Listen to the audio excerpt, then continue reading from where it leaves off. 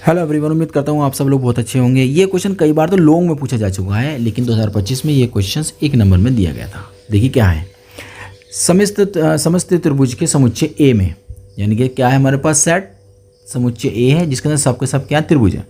फिर रिलेशंस क्या है, कहता है कि आर जो रिलेशंस है आपके पास T1 और T2 के समरूप है। ये उसका रूल है, ये रूल है, याद रखिएगा। ये क्या होता है, रूल होता है, रूल है।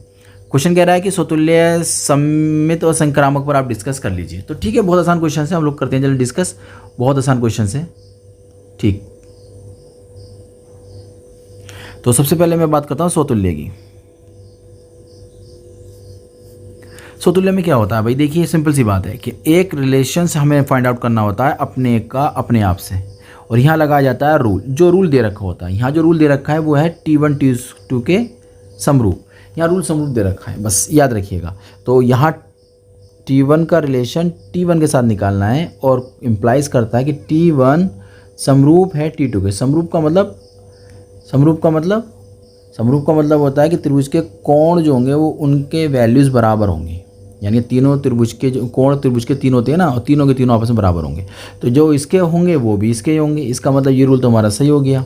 इसका मतलब हमारा स्वतुल्य है। स्वतुल्य है तो ऑप्शन नंबर तीसरा खत्म हो गया, क्योंकि उसने क्या रखा, स्वतुल्य नहीं है। तो पहली बात समझ में हमारे आ चुकी है। अब हम बात करते हैं दूसरे के लिए, यानी कि सममित की हम लोग बात करते हैं। अब सममित की अगर हम लोग बात करें, सममित में क्या होता है कि भैया T1 का रिलेशन T2 के साथ होना चाहिए। इसका मतलब साफ साफ हो चुका है कि भैया T1 के जो भी एंगल्स होंगे वो T2 के एंगल के बराबर होंगे। क्लियर हो गया। अगर मैं इसको इंटरचेंज कर दूं, तो अगर मैं इस बात को इंटरचेंज कर दूं कि T1 की जगह T2, T2 की जगह T1, तो अब भी तो यही बात है ना कि T1 के जो भी एंगल होंगे वो T2 के एंगल के बराबर होंगे, और T2 के जो एंगल होंगे वो T1 के बराबर होंगे। तो इसका मतलब ये हुआ कि T2 का रिलेशन T1 के साथ भी होगा। तो इसका मतलब सममित भी हो गया। सममित भी होगी तो ऑप्शन नंबर आपका दूसरा भी कट चुका था, तीसरा भी कट चुका। यहाँ कह रहा है सममित, यहाँ कह रहा है स्वतुल्य, तो ये दोनों कट चुके हैं। अब बात करेंगे संक्रामक की। तो संक्रामक में क्या करना होता है, संक्रामक में हमें तीन एलिमेंट लेके चलने होते हैं। तो पहला रिलेशन निकालते हैं T1 का T2 के साथ। तो वो कहता है कि रूल क्या कहता है कि वो समरूप होंगे। तो T1 समरूप हो गया T2 के, यानी T1 के जो एंगल होंगे वो T2 के बराबर होंगे। ठीक है। फिर दूसरा भी हमें लेके चलना होता है कि T2 का रिलेशन जो होगा वो T3 के साथ हो जाएगा। तो यहाँ पर जो T2 है उसके सारे के सारे एंगल्स जो होंगे T3 के बराबर होंगे।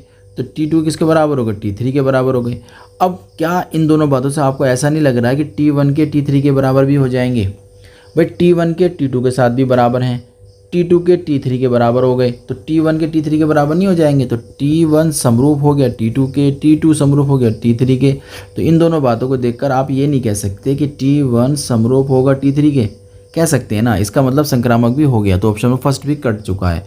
तो फाइनली आपने देखा कि ये भी कट चुका था, ये भी कट चुका था, ये भी। तो हमारा ऑप्शन बन गया है ऑप्शन नंबर फोर्थ, जो स्वतुल्य सममित और संक्रामक तीनों के तीनों शो कर रहा है। तो ऑप्शन नंबर 4 सही है। उम्मीद करते हैं क्वेश्चन आपकी समझ में आ गया होगा। मिलते हैं नए क्वेश्चन के साथ।